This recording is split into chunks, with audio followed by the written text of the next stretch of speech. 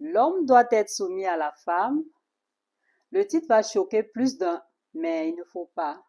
L'homme doit être soumis à la femme aussi doit être soumise à l'homme.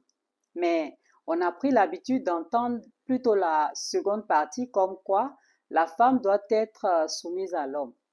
Aujourd'hui, je veux rentrer dans certaines explications pour vous dire exactement c'est quoi la soumission. Bonjour et bienvenue à vous, je suis Maria Tayeli. Donc aujourd'hui, nous abordons un sujet épineux, la soumission et nous. Qu'est-ce que c'est et qu'est-ce que cela nous apporte? Alors, quoi qu'en disent certaines religions qui prônent la soumission de la femme, l'époque de l'invention de ces religions était bien indiquée pour créer une telle invention à cause des inégalités entre les hommes et les femmes dans des sociétés patriarcales où les femmes étaient généralement placées sous l'autorité d'un homme, d'abord leur père, puis leur mari.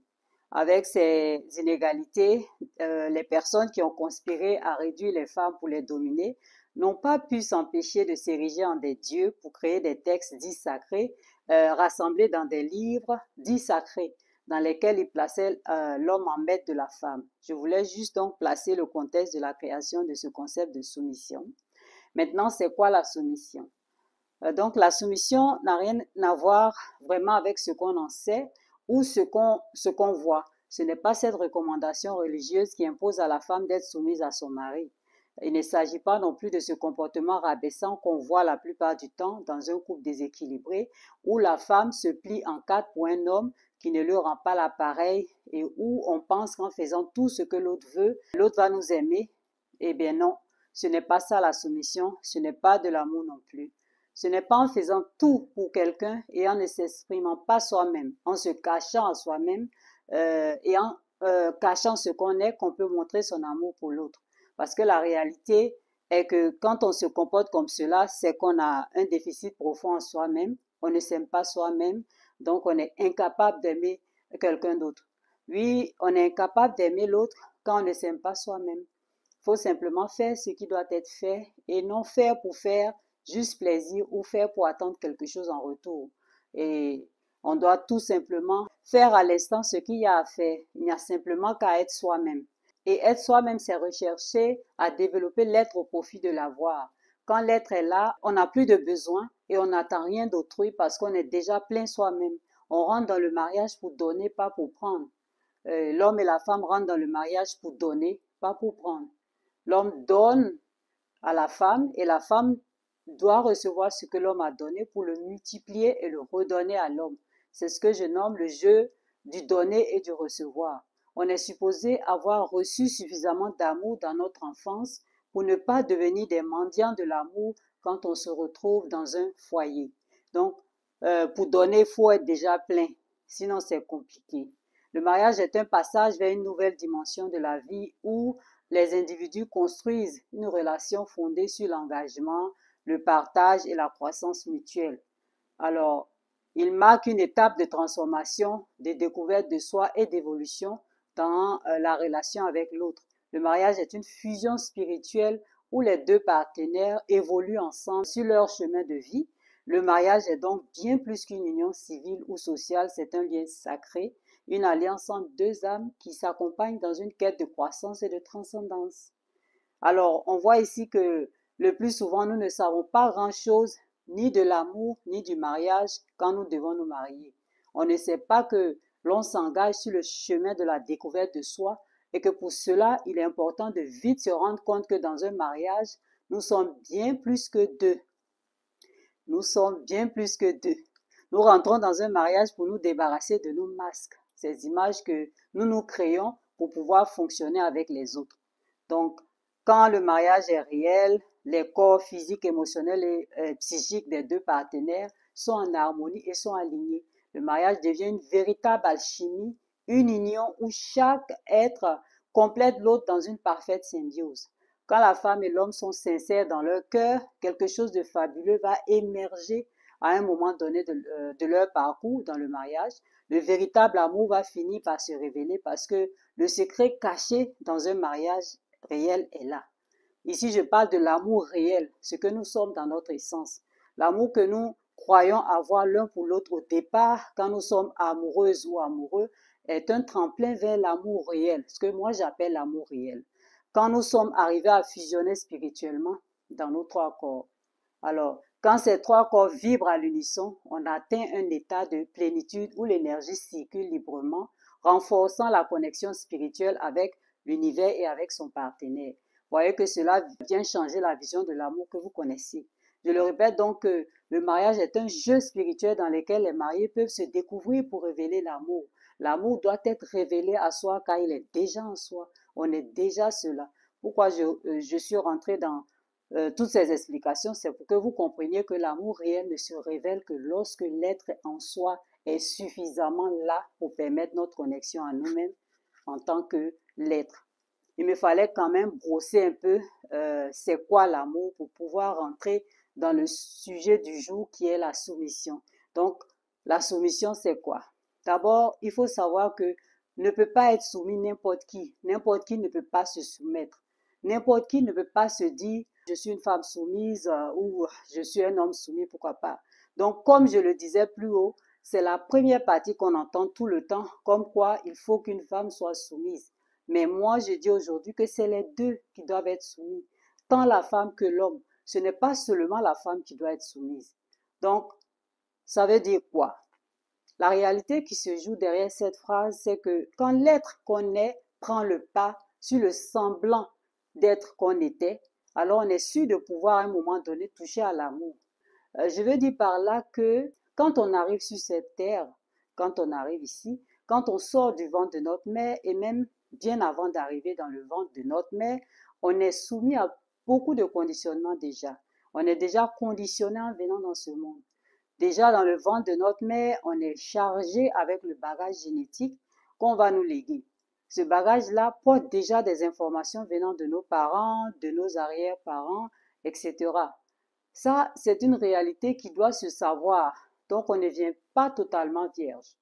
À propos de cela, je voulais vous dire que concernant les conditionnements, sachez que j'ai une vidéo où j'en parle en long et en large.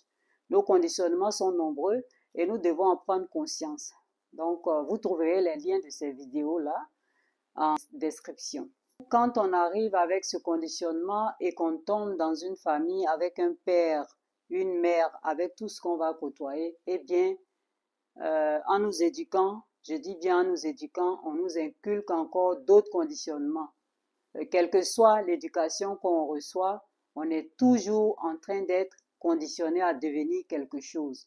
Donc l'être, ce bout de la divinité, si vous voulez, elle-même, qui est placé en nous, c'est ce que moi j'appelle l'être. Cet être-là n'a même pas le temps de s'exprimer que nous sommes déjà couverts, voilés par beaucoup d'autres choses qui ne nous concernent en rien la plupart du temps. Donc l'être qu'on est a besoin de s'exprimer. Il faut que chacune et chacun s'exprime selon ce qu'il est, ce qu'elle est, que nous, toutes et tous sur cette planète, nous sommes uniques. Donc chacune et chacun de nous est unique. Chacune et chacun de nous occupe une place unique dans cette grande toile universelle. Ce que j'appelle la grande toile universelle, c'est tous les êtres humains. Et donc, voyez, comme une grande toile, sur cette grande toile-là, nous sommes chacune et chacun placés quelque part. Nous avons quelque chose à faire exactement là où nous sommes. Donc, quand nous venons et que nous sommes couverts avec autant de conditionnements, nous avons de la difficulté à faire ce pourquoi nous sommes là. Nous passons toute notre vie, la plupart du temps, à tanguer, à se chercher, mais pendant ce temps, quelque chose vit en nous et ce quelque chose-là est fictif. Il n'a aucune réalité puisque ce quelque chose n'est autre que le masque que nous fabriquons grâce à tout le conditionnement que nous aurons subi.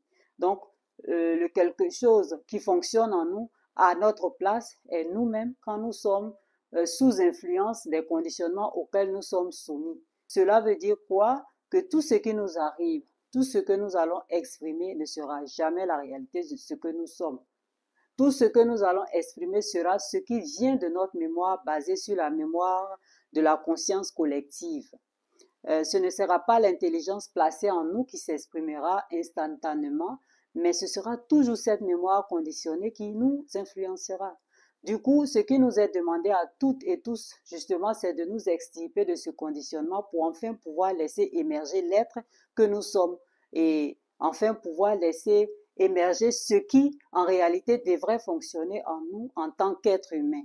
Donc, un homme, une femme qui arrive à faire cela est celui-là et celle-là qui seront capables de se soumettre l'un à l'autre. Parce que la soumission ici, il faut le savoir, il s'agit d'amour. Il s'agit de l'amour réel, cet amour qu'on dit inconditionnel. C'est-à-dire qu'on aime l'autre simplement parce qu'on l'aime, pas pour quelque chose de précis. On l'aime tout simplement et on aime faire pour l'autre. On aime donner à l'autre et on aime recevoir l'autre. C'est ce que j'appelle la soumission et c'est cela la soumission. Donc la soumission en réalité, c'est l'amour réel, celui que l'on révèle en soi. On ne peut pas aimer et dire qu'on n'est pas soumis à l'autre. Un homme qui aime une femme est forcément soumis à cette femme-là. Parce qu'il fera ce qu'il faut pour que cette femme-là soit heureuse, n'est-ce pas? Et c'est ce qui se passe. Quand on fait pour l'autre ce qu'il faut, quand on fait à l'instant T ce qu'il faut pour l'autre, eh bien, l'autre est toujours heureux parce qu'on fera toujours ce qu'il faut, justement. Parce que l'être est là et que l'être sait quel acte il doit poser pour que ça convienne à l'autre. Voyez? Donc, il s'agit d'abord d'une soumission à soi-même. Il faut que l'être fictif, c'est-à-dire le personnage masqué, cette image de nous-mêmes, cette image que nous nous fabriquons pour interagir avec les autres, doit laisser la place à la réalité, donc à l'être réel que nous sommes. Il faut donc que l'être fictif qui est là puisse se soumettre à l'être réel, notre réalité, notre moi profond. Donc, l'être fictif que l'on appelle souvent l'ego, quand l'ego sait que oui, il fonctionne parce qu'on peut fonctionner des fois parce qu'on est obligé, on a un système qui est là, on est dans ce système, on fonctionne dans ce système et il faut fonctionner à l'intérieur de ce système, mais on sait à l'intérieur de soi qu'il y a aussi quelque chose d'autre, notre essence, notre réalité qui est là et que c'est cette essence-là qui doit émerger aussi à un moment donné. Et donc, il ne s'agit pas de paraître, il ne s'agit pas de faire paraître quelque chose qu'on n'est pas. Il faut faire ressortir ce qu'on est en réalité. Et quand on fait cela, on est toujours en train de faire ce qu'il faut. On ne peut pas faire autre chose que cela. On sera toujours en train d'exprimer ce qu'on est et c'est cela l'amour. Donc cela veut dire qu'on s'aime suffisamment pour pouvoir aimer l'autre aussi suffisamment. Donc l'homme ou la femme, l'un face à l'autre, qui se connaissent suffisamment, qui ont suffisamment développé leur propre être. Ces deux personnes-là savent que la réalité se joue à chaque instant. Ces deux personnes-là poseront toujours l'acte qu'il faut, l'une pour l'autre, donc elles seront toujours soumises l'une à l'autre. Et pourquoi? Parce que chaque personne qui constitue le couple est d'abord soumise à elle-même. Il faut être soumis à soi-même. Il faut être capable de laisser tomber cette irréalité qu'on n'est pas pour devenir cette réalité qu'on est. Ce qui veut dire qu'il faut être soumis à sa propre réalité pour être capable d'être soumis à la réalité d'une ou d'un autre, c'est-à-dire quelqu'un d'autre en face de soi. Lorsqu'on est l'être, lorsqu'on devient ce qu'on doit être, on voit que l'autre en face de nous est encore nous-mêmes, puisque c'est toujours l'être qui s'exprime à travers l'autre en face de soi. Donc sur Yélé, je parle beaucoup de l'être parce qu'il s'agit de cela. C'est l'être qui manque dans notre humanité, dans nos sociétés. C'est l'être qui manque à l'appel. La plupart des personnes sont déconnectées de leur essence, de leur être. Ces personnes sont plutôt portées par leur ego, le personnage fictif. Et donc cet ego-là veut toujours se défendre pour un oui ou pour un non. Donc on manque toujours à l'appel l'un face à l'autre. On manque à l'appel quand on est dans l'ego. Quand on est dans l'ego, on n'est pas prêt à lâcher quelque chose pour un autre.